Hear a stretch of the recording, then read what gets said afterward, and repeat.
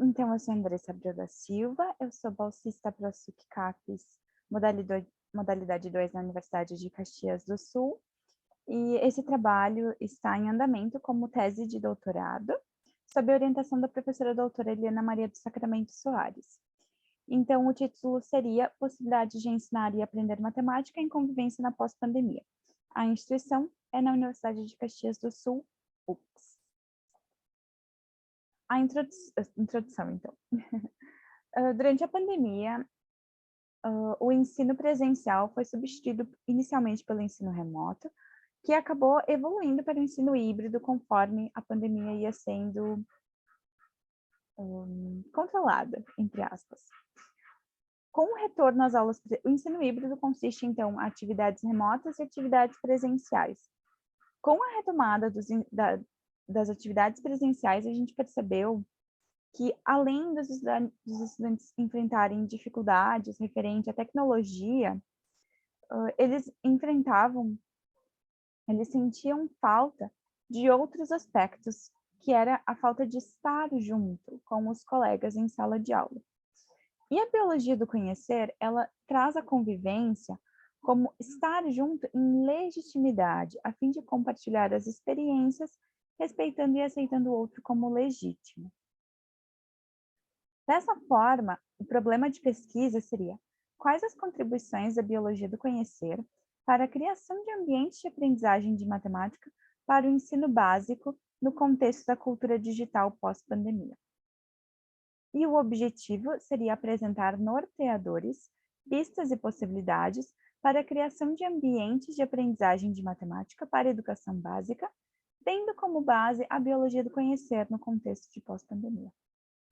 O referencial teórico é focado na biologia do conhecer e que tem como dois de seus principais conceitos, tanto a convivência quanto o acoplamento. Então, vou trazer um pouquinho desses dois. Então, para Maturana, que é um dos autores, um dos teóricos dessa teoria, um dos pensadores dessa teoria, afirma que a aprendizagem é um processo de adaptação, de acomodação a uma circunstância diferente daquela que o organismo se encontra originalmente.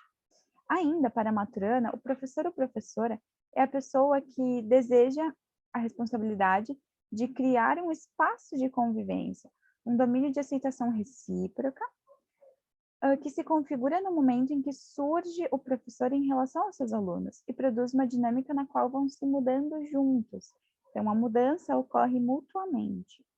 O acoplamento, conceituado por Maturana e Dávila, então, afirmam que o acoplamento estrutural se refere a uma relação de coerência operacional relacional dinâmica, com a circunstância em que se encontra um ser vivo, enquanto realiza seu viver na unidade ecológica, sensorial, operacional, relacional dinâmica do organismo nicho que integra.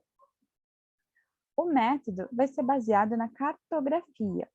Então, como o fenômeno estudado vai se desenvolver como um processo, e a pretensão, como eu disse, é uma tese que está em andamento, está em desenvolvimento, está na parte do projeto ainda, a ideia é que seja constituído pelo conviver entre professor de matemática e alunos, em acoplamento com as tecnologias, buscando aprender matemática. E esse é um processo dinâmico, portanto, o método cartográfico é o que melhor se encaixa.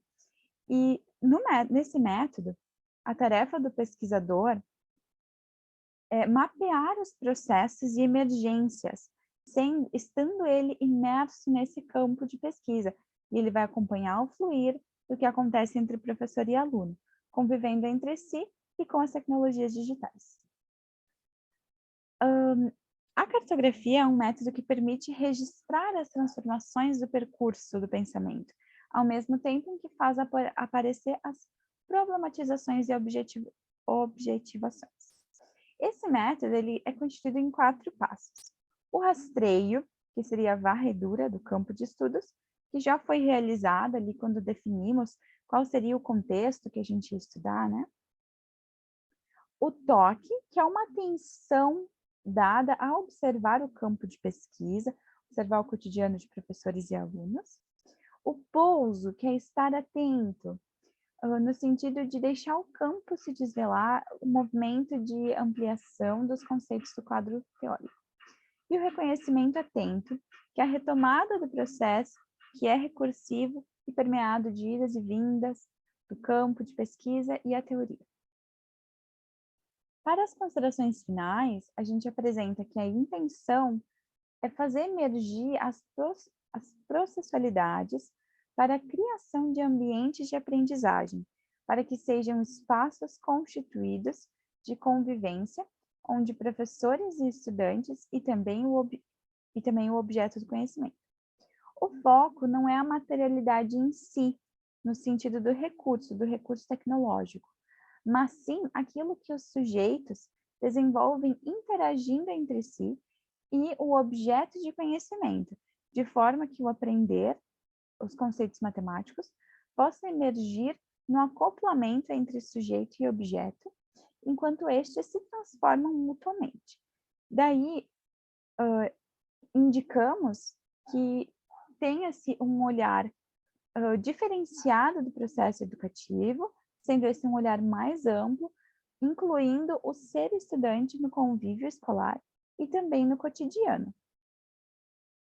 Como eu comentei, os resultados e conclusões finais vão surgir ainda ao processo do desenvolver do estudo. Ele ainda está na fase inicial de projeto. Então, obrigada. Esse trabalho foi constituído por mim e pela minha orientadora, professora Eliana Maria do Sacramento.